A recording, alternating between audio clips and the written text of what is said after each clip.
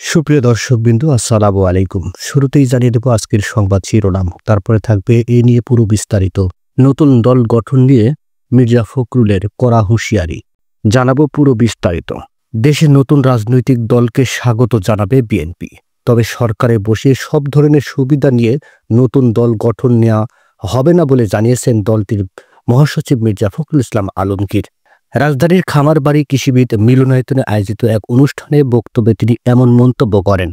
আওয়ামী লীগের বিষয়ে মির্জা ফখরুল ইসলাম আলমগীর বলেন, স্থানীয় সরকার উপদেষ্টা বলেছেন, ফ্যাসিস্টদের লোকেরা যদি কেউ মাপ চেয়ে নির্বাচনে অংশ নিতে চায় তাহলে তারা অংশ নিতে পারে। এর থেকে এটাই প্রমাণিত হয়েছে তারা নিজেদের স্বার্থে ফ্যাসিস্টদের জায়গা দিতে চায়। তাহলে কি আমরা মনে করব তারা সরকারের থেকে তাদের দল গোছানোর জন্য বিভিন্ন রকম কৌশল নিচ্ছে? এমন কৌশল নিয়ে আমরা তা হতে দেব না, এদেশের মানুষ তা হতে দেবে না। সরকারি সুযোগ সুবিধার বিষয়ে বিএনপির মহাসচিব বলেন, খুব পরিষ্কার করেই বলছি, অবশ্যই নতুন রাজনৈতিক দলকে আমরা স্বাগত জানাবো। ছাত্র সংগঠন উজ্জীবিত বলেছেন, আমরা স্বাগত জানাচ্ছি, যত দল তৈরি করবেন স্বাগত জানাবো, কিন্তু তার অর্থ এই নয় যে আপনারা সরকারে বসে সরকারের সব সুযোগ সুবিধা নিয়ে আপনাদের দল গঠন করবেন। সেটা কখনোই মেনে নেওয়া হবে না। অন্তর্বর্তী সরকারের প্রধান উপদেষ্টার দৃষ্টি আকর্ষণ করে তিনি বলেন, আপনি অবিলম্বে এই বিষয়গুলো ব্যবস্থা নিন, তা না হলে আপনাদের ওপর জনগণের যে আস্থা সেটি আর থাকবে না। মির্জা ফখরুল বলেন, আমরা ১/১১ ভুক্তভোগী।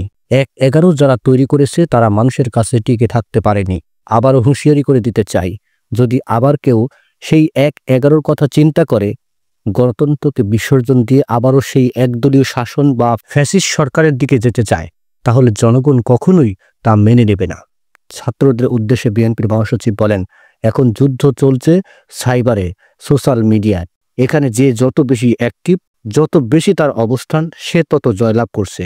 আজ আমাদের দলের বিরুদ্ধে বিভিন্ন রকম কথা বলা হয়, ছাত্রদের বিরুদ্ধে কথা বলা হয়। পরামর্শ দিয়ে তিনি বলেন, তোমরা সোশ্যাল মিডিয়াতে অনেক বেশি অ্যাক্টিভ হও, শুধু নিজের ছবি না দিয়ে আসল বিষয়গুলো নিয়ে তোমরা কথা বলতে শুরু করো, এটা তোমাদের দায়িত্ব।